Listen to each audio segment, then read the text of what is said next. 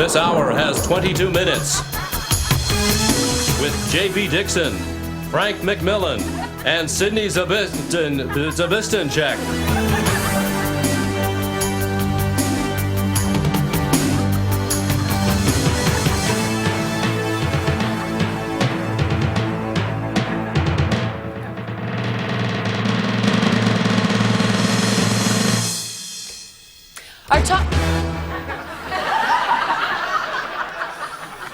Our top story tonight, Prime Minister-designate Jean Chrétien has made good on his first election promise.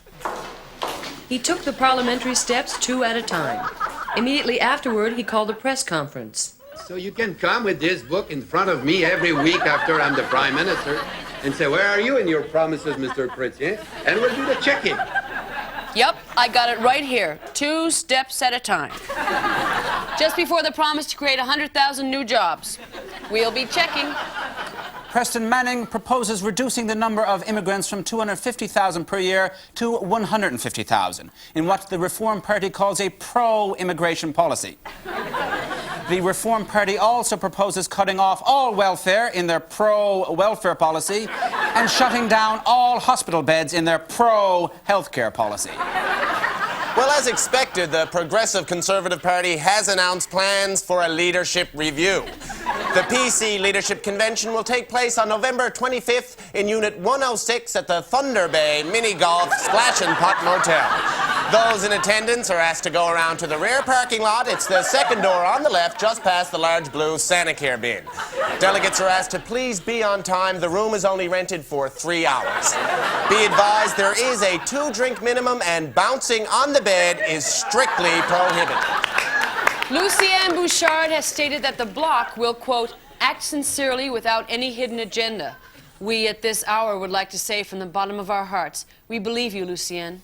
And furthermore, we'd like to congratulate you on your dazzling win and wish you much success in the future.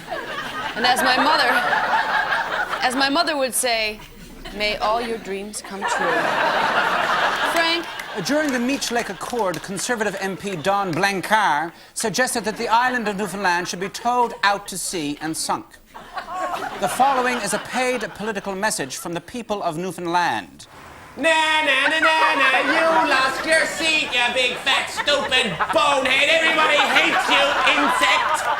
Due to Mr. Blanchard's humiliating defeat on Election Day, Premier Clyde Wells has declared October 25th a bank holiday in Newfoundland. Wow. Now, apparently Clyde Wells was suffering from some sort of rare skin disease, but he had it checked out, and it turns out he's okay. It was just stigmata. Fascinating career for Mr. Wells. Apparently, he was once one of the original members of the Jordanaires. That's right. And he did hard time with the man in black, Johnny Cash. Hi, I'm Bud Walwyn. How many times have you said, honey, I need a tool that will scrape fish and furniture? Well, you're in need no more because we have in our warehouse over 100,000 units of the Wonder Tool Fish and Furniture Scraper. It's great for getting at those hard-to-reach varnish blobs on an old chair. You'll be amazed as yesterday's junk becomes today's treasure. And look, those pesky fish scales have never come off so clean. Is that fish soup going to be good? Just send $9.99 to Wonder Tool, care of Progressive Conservative Party, Ottawa, Ontario. That's $9.99 to Wonder Tool, care of Progressive Conservative Party, Ottawa, Ontario. Good night.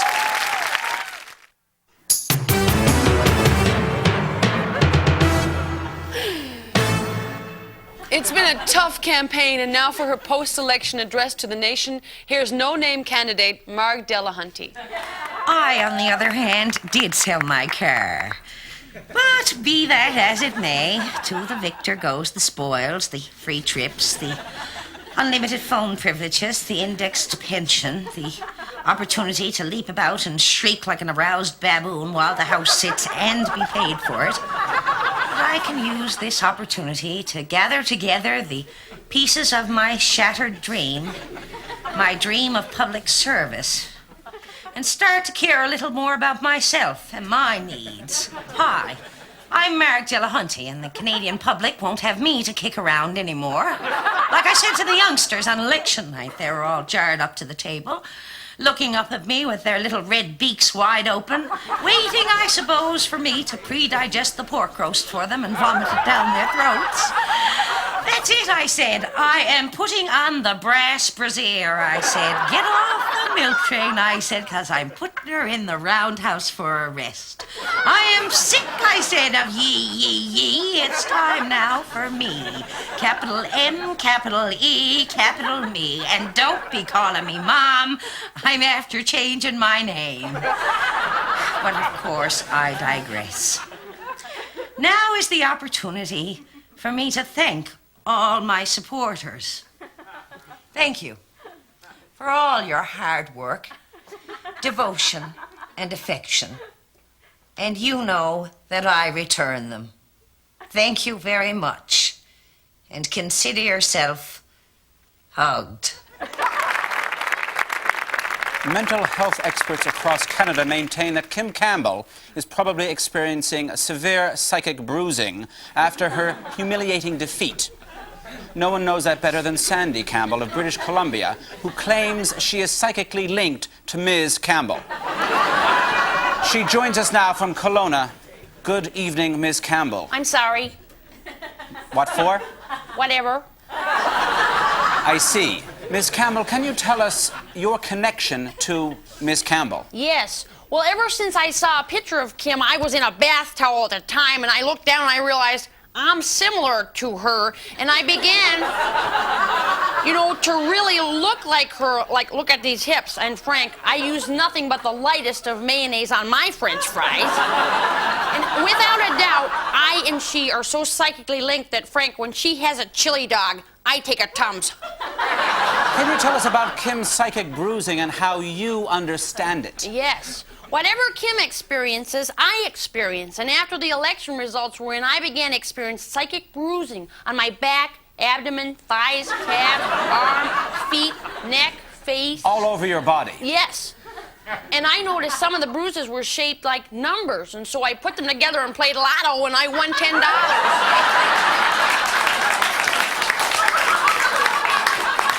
And that's how I knew they were psychic bruises. Do you have anything to say to Ms. Campbell? Keep on the sunny side, always on the sunny side. Keep on the sunny side of life. Thank you for this, Ms. Campbell. 'Cause if you keep on the sunny side, always on the sunny side, always on the sunny side of life. Time now for J.B. Dixon with this hour's political outlook. J.B.? Thanks, Frank. Thanks, Sydney. We're going to take a little look in the House of Commons now. Don't freak out. It's just good graphic. Come on. Here we go. Okay.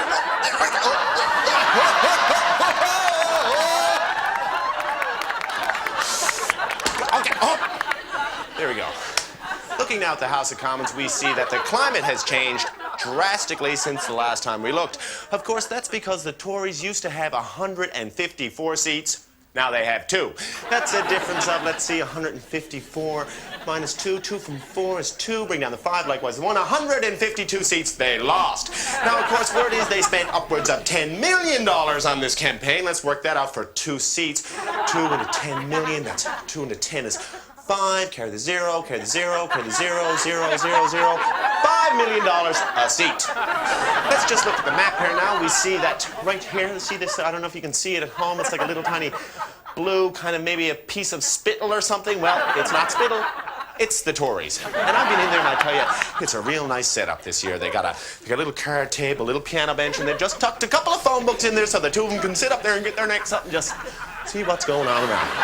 Very, very cute. That's it for the outlook in the House of Commons, I'd say, for the next 4 or 5 years. So the management of Woolworths, well, they got a big problem on their hands because one of the big factors in the Woolworths success story is a middle class. And as far as they're concerned, well, we don't have one anymore. So they're going to take half their stores, close them down, open boutiques for rich people, and the other half of the stores are going to become bargain basements. Where are the men in this country supposed to go to buy their socks? This must be Jean Chrétien's #1 order of business, because I am telling you, I got a nose for danger. And one of these days, the men and women of this great nation are going to wake up in desperate need of hosiery, and when they find out the store is closed, there is going to be anarchy and bloodshed in the streets like we have never seen before. I am predicting big, angry, stick-waving, sockless mobs gunning for the PM's head. So come on, Jean, never mind the helicopters, never mind the Bloc Québécois. Without a middle class, we're dying out here.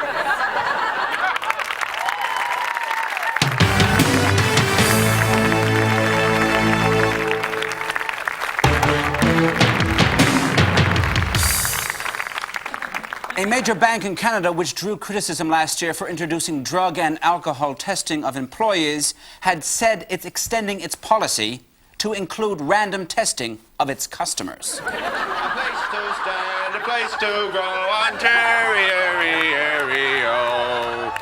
A place to stand, a place to go, Ontario. Please provide urine sample in slot. Okay, no? Here we go. That's convenient.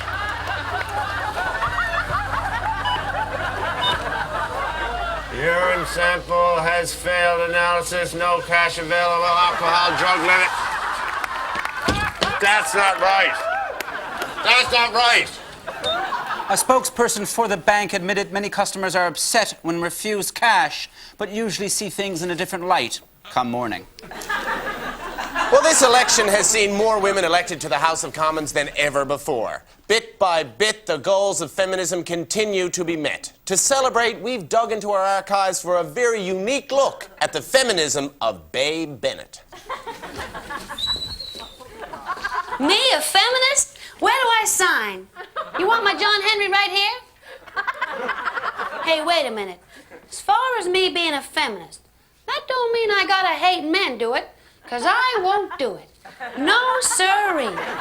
Sure, some of them is stubborn and stupid and goofy, the way they get their heads all swelled up and go around making laws that disregard humanity and stuff. They don't mean nothing by that. And sure, sometimes they get a little full of themselves and start some life-threatening skirmishes. And I know, sometimes they're too proud to make a peace pact that might save thousands of lives and possibly the earth itself. And sometimes they go around shooting elephants and wiping out whole species and stuff. No, they're just goofing around. They're just kids. They're just fooling around. Sure. Sometimes some of them ain't got no sense of responsibility or respect for the women and kids they desert. They don't mean nothing by that. And sure, some of them go around acting like, well, pigs, I guess. Snorting and spitting and shifting their vitals around like they was changing the guard. There's nothing wrong with men. Men's all right. I like men. I love them.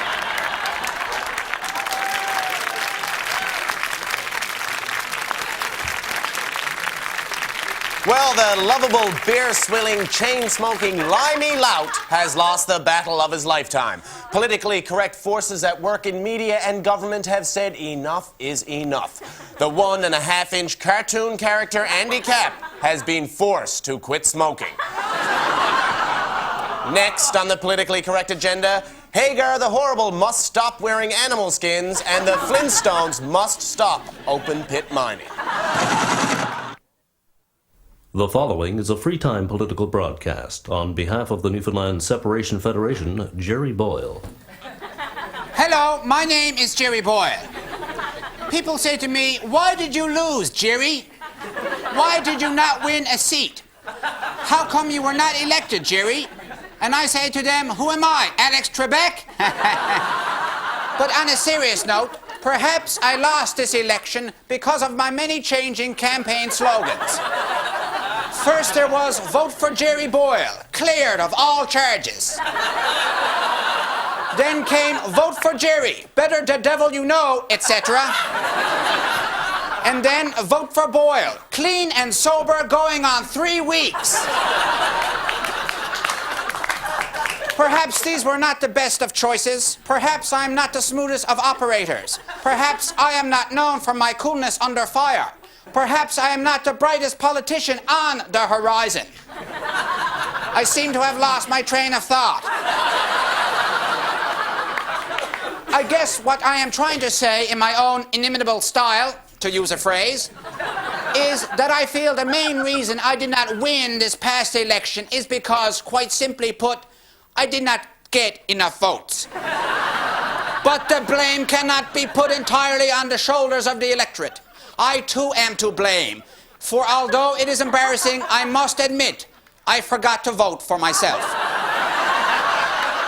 Perhaps the biggest lesson I have learned for next election is do not waste that valuable free time political broadcast by advertising 1 pair of ladies' skates, size 11, for sale. So remember, in 4 years' time, if you can still mark an X, you're my kind of people.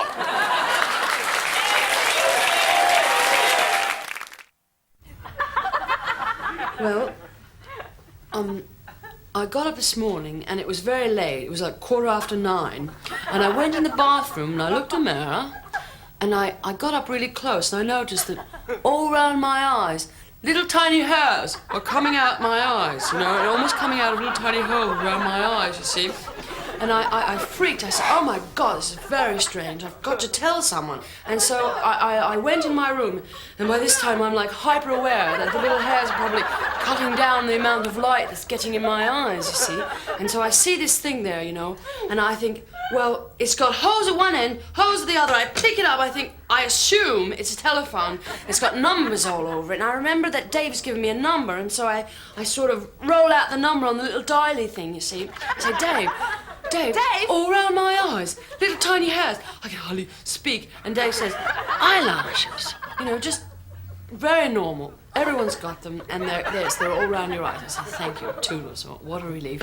And I go out the door, and I'm going down the street, and I start noticing that coming out people's heads, stringing out, these long stuff coming out, it seems to be almost growing out the head. It's coming out, it's bunching out, it's different, but it's coming out, and by this time I'm noticing it's coming out my head too. And I go up to this guy, and I say, hey, oi, what's this stuff coming out my head? And he says, how? It's hair. I really should get out more often.